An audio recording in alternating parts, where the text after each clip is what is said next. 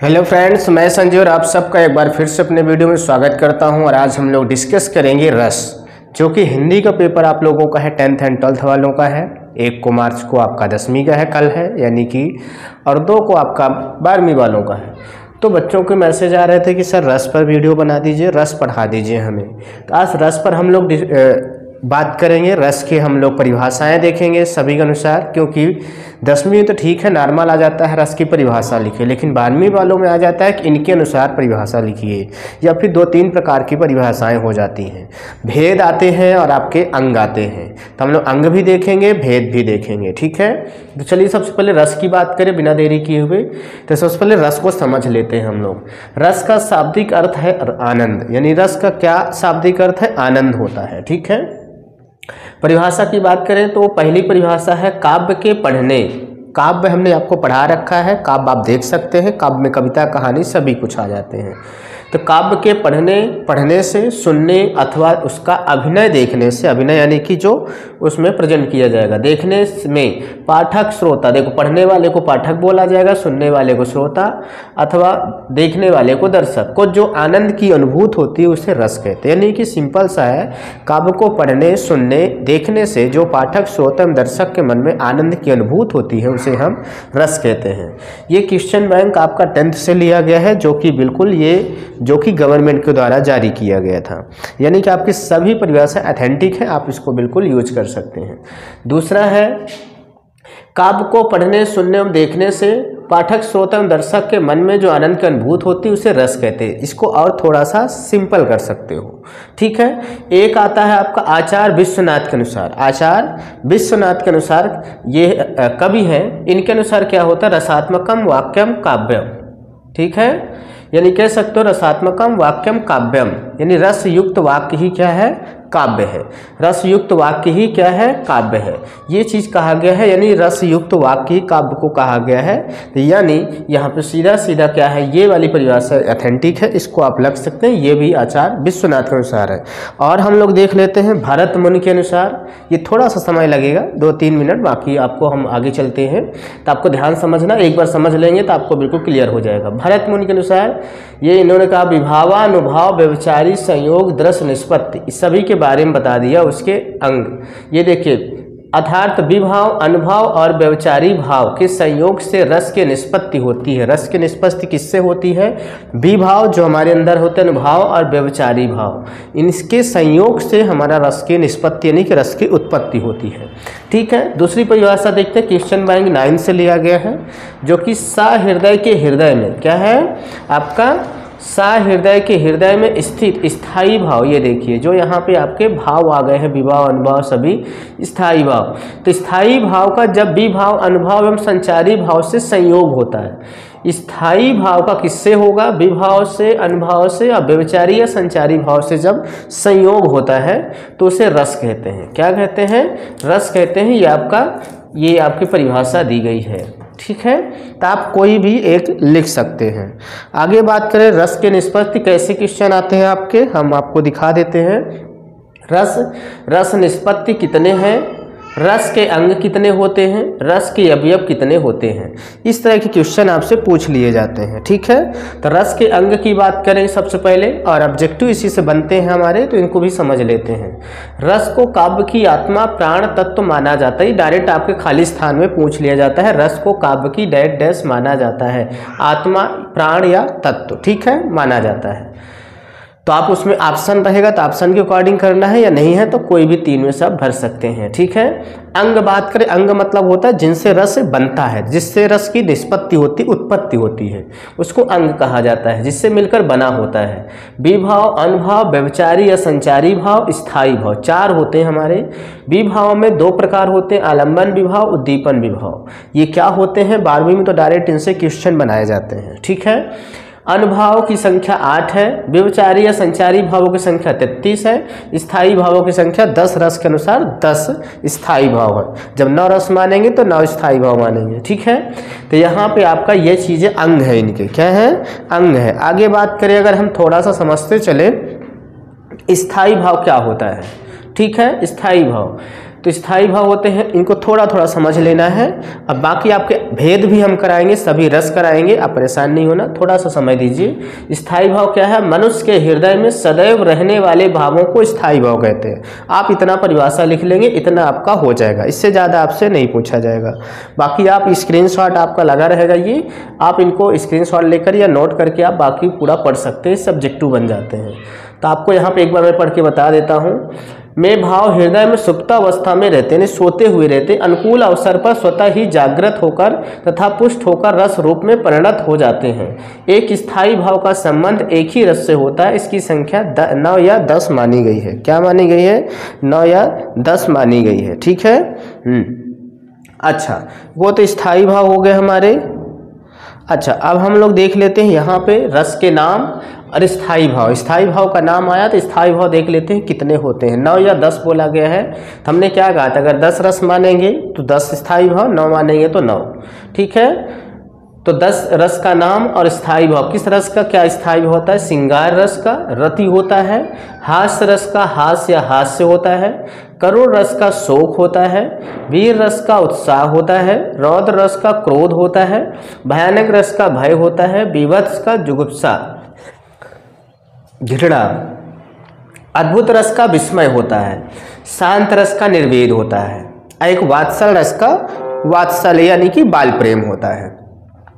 आप इनके सभी रसों के नाम आपने 10वां रस यहाँ पे नहीं मेंशन किया गया है। 10वां रस आपका वात्सल होता है, जो कि उसका बाल प्रेम या वात्सल ही होता है, उसका स्थायी भाव। ठीक है, तो ये आपके रस है। बात आती है इनको याद करने की, तभी हम आपको ट्रिक बताएंगे कि इसको याद कैसे किया जाता है। पहले देख लेते विभाव क्या है।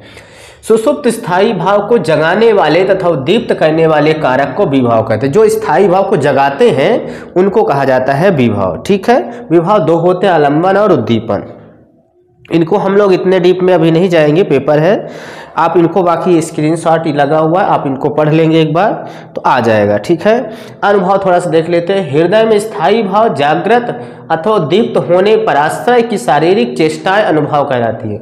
यानी जब स्थायी भाव को हमारा क्या करता है? विभाव जगा देता है, जागने के बाद हमारी शरीर में जो रिएक्शन होता है, यानी कि जो एक्शन होता है, एक्शन और रिएक्शन, वो हमारी क्या कहलाती हैं? अनुभव कहलाती हैं। ठीक है, आगे देख लेते हैं हमारे संचारी भाव क्या होते हैं। स्थायी भाव को पुष्ट करने के लिए कुछ समय के लिए जागकर समाप्त होने वाले भाव संचारी भाव कहलाते हैं। स्थायी भाव आए, कुछ होते हैं जो कि ऐसे भाव उत्पन्न होते हैं जो कि क्षण मात्र के लिए होते हैं, फिर खत्म हो जाते हैं।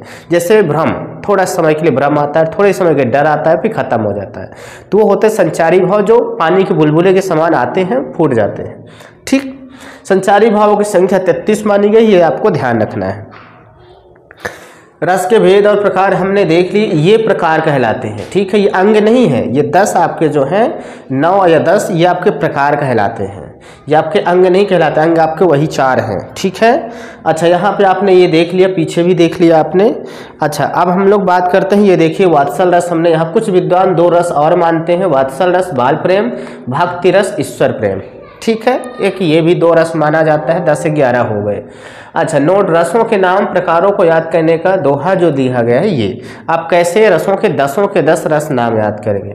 रौद्र भयानक वीर रस, 3 रस हो जाएगा, रौद्र और भयानक और वीर रस हो जाएगा। करुण हास्य श्रृंगार क्या हो जाएगा? रौद्र भयानक वीर रस, करुण हास्य श्रृंगार रस, अद्भुत शांत विभत्स रस, अंतिम रस या 10वां रस वात्सल्य। ठीक है, 1 2 3 4 5 6 7 8 9 1 10, 10 रस का दिया गया है। रौद्र भयानक वीर रस, करुण हास्य श्रृंगार, अद्भुत शांत विभत्स रस, 10वां रस वात्सल। ऐसे आपको ये दोहा टाइप में याद कर लेंगे तो आपके 10 रस नाम आ जाएंगे। ठीक है, अब बात आती है श्रृंगार रस की। श्रृंगार रस क्या होता है भाई, ये देख लेते हैं हम लोग।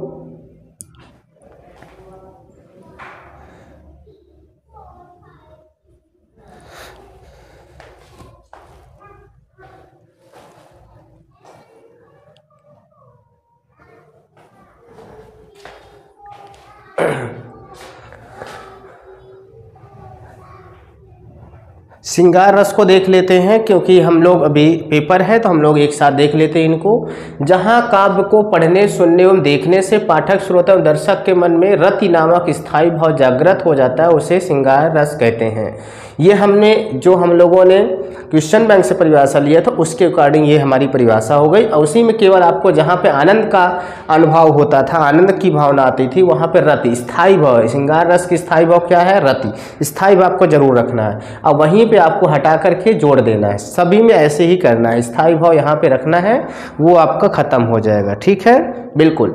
अच्छा, अथवम क्या दिया? सहृदय के हृदय में स्थित रति नामक, ये देखिए यहाँ पे भी रति जोड़। अगर ये परिभाषा याद रखेंगे तो यहाँ पास स्थायी भाव जोड़ना है, और ये वाली परिभाषा याद रखेंगे तो यहाँ पास जोड़ देना है। ठीक, तो अगला देखते हैं हम लोग, एग्जाम्पल देखते हैं। राम को रूप निहारत जानकी, कंगन की नग की परछाई, यतः सबय सुध भूल गई, करटेक रही पल टारत नहीं। ये आपको एक एग्जाम्पल है श्रृंगार रस का, इसको याद कर लेना है।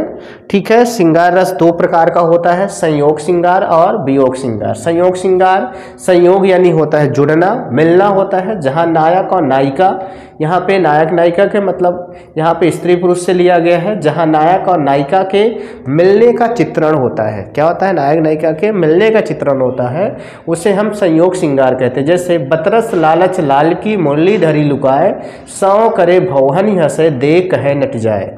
इसमें यानी कि श्री कृष्ण है, बाल प्रेम में छोटे थे जब, तो वो ऐसी हरकतें कर रहे थे, ऐसी शैतानियाँ। राम को रूप निहारत जानकी, ये वाला भी एग्जाम्पल आप यहाँ पे दे सकते हैं। ये दोनों संयोग श्रृंगार के हो गए। वियोग श्रृंगार में यानी बिछुड़ना, वियोग मतलब बिछुड़ना। काव्य में जहाँ नायक और नायिका के बिछुड़ने या बिछड़ने का चित्रण होता है, वहाँ पे वियोग श्रृंगार होता है। ठीक है, इसके एग्जाम्पल देख लेते हैं हम। दरद की मारू वन वन डोली, मीराबाई जी गाती हैं कि दरद की मारू वन वन डोली, रो रही थी, गा रही थी, बिलख रही थी। वैद मिलने ना कोय, मीरा की प्रभु पीर मिटाएगी, जब वैद समलिया हो। मीरा की पीर तभी दर्द मिटेगा जब वैद क्या हो? समलिया नहीं, श्री कृष्ण हो। यानी कि ये वियोग श्रृंगार है, बिल्कुल दर्द भरा है। यहाँ पे भी है, जब श्री राम जब रावण सीता को हर ले जाता है, तो वहाँ पे श्री राम जब जंगल जंगल ढूंढते हैं, सीता को पुकारते हैं, तो वह उस समय का है, हे खग मृग मधुकर श्रेणी, तुम देखी सीता मृग नैनी। वहाँ पे सब पक्षी से, हे खग, हे पक्षी, हे मृग, हे हिरण, मधुकर श्रेणी, तुम देखी सीता मृग नैनी। ठीक है, नैन के समान, यानी कि सीता को आपने देखा है। तो ये पूछ रहे थे। वीर रस की बात आ जाती है, वीर रस को हम लोग देख लेते, सभी रस को हम लोग इसमें समाहित कर लेते हैं, क्योंकि पेपर आपका है, ज़्यादा समय पार्ट नहीं बनाएंगे। ठीक है, वीर रस इसमें देखिए परिभाषा दिया गया है। अच्छा, यहाँ पे केवल आप वही जोड़ देंगे, यहाँ पे स्थित उत्साह नामक स्थायी भाव, उसका स्थायी भाव आप जोड़ देंगे। इसमें भी जो परिभाषा आप ध्यान रखेंगे उसी में स्थायी भाव जोड़ देना है, बाकी परिभाषा आपको सबको सेम रखना है। उदाहरण देख लेते हैं हम लोग समय बचाते हुए। बुंदेले हर बोलों के मुख, हमने सुनी कहानी थी, खूब लड़ी मर्दानी, वह तो झांसी वाली रानी थी। यहाँ पर मुख कर सकते हैं या मुँह कह सकते हैं, दोनों लिख सकते हैं। वह खून कहो किस मतलब का, जिसमें उबाल का नाम नहीं, वह खून कहो किस मतलब का, आ सके देश के काम नहीं। ये दूसरी हो गई। चढ़ चेतक पर तलवार उठा, करता था भूतल पानी को, राणा प्रताप सर काट काट करता था सफल जवानी को। सब में वीर रस उत्साह भरा दोहा है, सभी ये कविताएं हैं, सभी पंक्तियां हैं, यानी उत्साह भरी हुई है। तो ये वीर रस का परिचायक है, इनको पढ़ने से लग रहा कि यहाँ पे वीर रस है। ठीक है, तो वीर रस का हो जाता है। ऐसे करुण रस का देख लेते, परिभाषा तो हमने बता दी, स्थायी भाव जोड़ना है बस। आगे एग्जाम्पल देख लेते हैं। देख सुदामा की दीन दशा, करुणा करके करुणा निधि रोए, पानी परात को हाथ छुयो नहीं, नैनन के जल से पगध होए। ये आपको देख लेना है, ये भी आपका करुण रस का है, जहाँ पे व्याकुलता हो। ठीक है, तो वहाँ पे ये करुण रस होता है, शोक यानी जहाँ पे हो। अभी तो मुकुट बंधा था माती, बहुत फेमस है। हुए कल ही हल्दी के हाथ, खिले भी ना थे लाज के बोल, खिले भी ना चुंबल शून्य कपोल, हाय रुक गया संसार, बना सिंदूर अंगार। तो ये आप शुरू के 2 लाइन, लास्ट की 2 लाइन भी लिख सकते हैं, इतने में नंबर मिल जाता है आपका। ठीक है, करुण रस हो गया।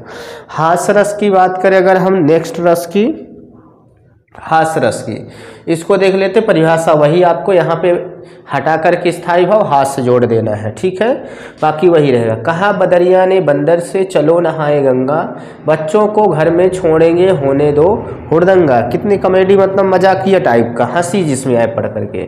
जैसे कह रहे मैं महाबली हूँ, महाबली है बहुत ज़्यादा, पापड़ को तोड़ सकता हूँ, बताइए पापड़ को तोड़ना महाबली है, हंसी पात्र बन रहा। अगर गुस्सा आ जाए, मतलब गुस्सा क्रोध आ जाए, जोश में आ जाए, तो कागज को मरोड़ सकता हूँ, हंसी आए। तो ऐसे ही आपके रहते हैं जिसमें हंसी आनी चाहिए, ठीक है। रौद्र रस का देख लेते हैं। रौद्र रस में क्रोध जोड़ देना है यहाँ पे, बाकी सब एस्टीज रखना है आपको। श्री कृष्ण के सुन वचन अर्जुन क्रोध से जलने लगे। देखिए क्रोध शब्द का, क्रोध रौद्र का क्रोध होता है, तो क्रोध शब्द यहाँ पे आ भी रहा। श्री कृष्ण के सुन वचन अर्जुन क्रोध से जलने लगे, सब शोक अपना भूलकर करतल युगल मलने लगे। ये भी दिया गया है आपका। अगला दिया गया रे नृप बालक कालवश बोलत तो ही न संवार, धनु ही सम त्रिपुरार धनु विदित सकल संसार। ये भी आपके दोनों हैं, दोनों में से कोई भी एक याद कर लेंगे आपको सही रहेगा, ठीक है। यहाँ पे यही कह रहे हैं श्री कृष्ण के सुन वचन, ये गीता का दिया गया है, महाभारत का। ये आपका दिया गया जब स्वयंवर होता है सीता का, वहाँ पास का ये होता है, ठीक है। अगर अगला देखिए भयानक रस का। भयानक रस का स्थायी भाव यहाँ भय जोड़ेंगे,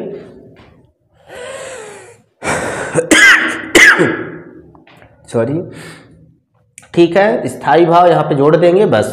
अच्छा उदाहरण देखते हैं। भयानक रस का मतलब पढ़ने से आपको भय टाइप का लगे, भयानक थोड़ा सा लगे कि हाँ भयानक है, ठीक है।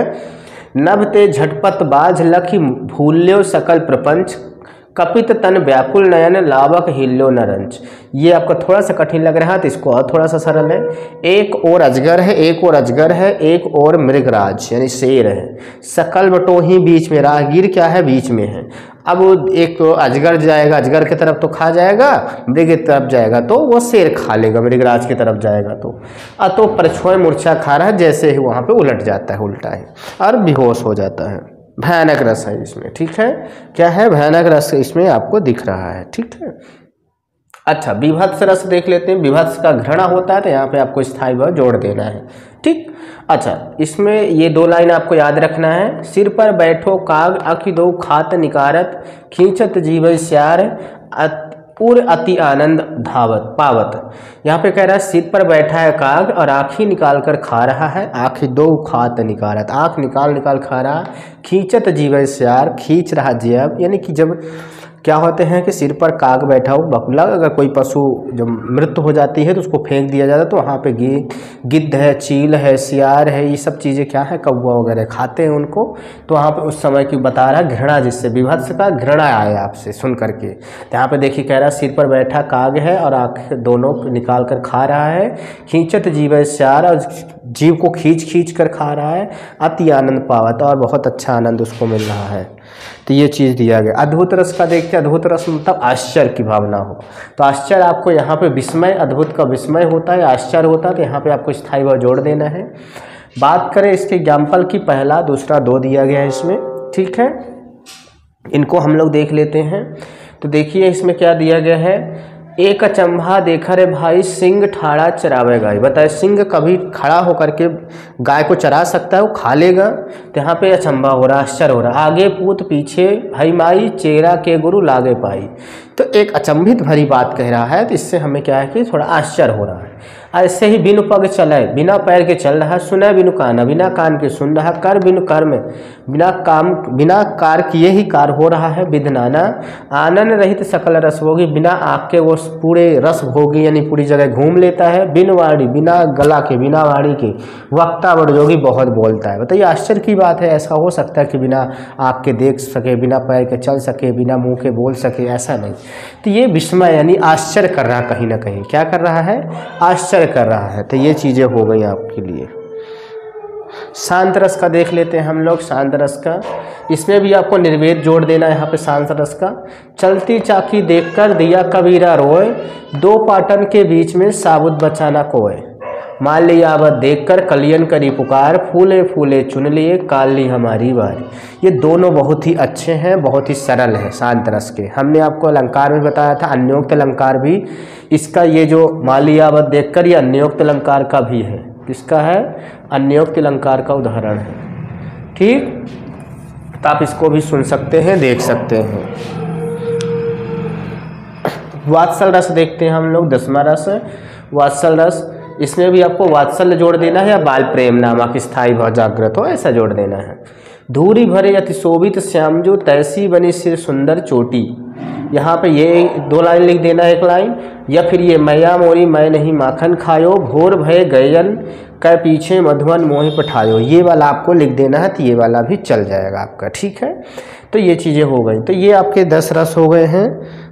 इधर से अलंकार आ गया, अलंकार जो कि मैंने आपको पढ़ा दिया है। ठीक है, तो ये मेरे पास PDF है। अगर आप कमेंट बॉक्स में मैसेज करें, और आप कमेंट बॉक्स तो मेरे टेलीग्राम चैनल पे मैं इसको शेयर कर दूंगा, आप नीचे से जाकर के Telegram channel maths academy join कर लीजिए। या SK कोचिंग क्लासेस, दो टेलीग्राम चैनल है, आप किसी में ज्वाइन कर लेंगे तो वहाँ पे आपको ये मिल जाएगा। ठीक है, तो ये चीज़ ध्यान रखना है आपको, तो कोई बात नहीं है। आई होप कि आपको 10 के 10 रस अच्छे समझ में आ गए होंगे। मैंने आपको समझाने की पूरी कोशिश की है, और आपको यानी कि वीडियो यूजफुल लगी हो तो आप दोस्तों तक जरूर शेयर कीजिए, और चैनल पे नए हैं तो सब्सक्राइब कर लीजिए। वीडियो को लाइक करना मत भूलिए, कमेंट करना जरूरी है। ठीक है, कमेंट करके आप बताएं कि आपको कितना अच्छा लगा। पेपर के लिए हेल्पफुल होगा। कल सुबह आपके 10वीं वालों का पेपर है, तो उनके लिए भी देख लीजिए आप लोग, और 12th वालों का भी पेपर है, तो आप लोग भी समझ लीजिए। तो हम लोग मिलते हैं नेक्स्ट वीडियो में। आप कमेंट करके बताएंगे कि आपको नेक्स्ट वीडियो किस पे चाहिए। ठीक है, तो हम लोग मिलते हैं नेक्स्ट वीडियो में। तब तक सभी को जय हिंद।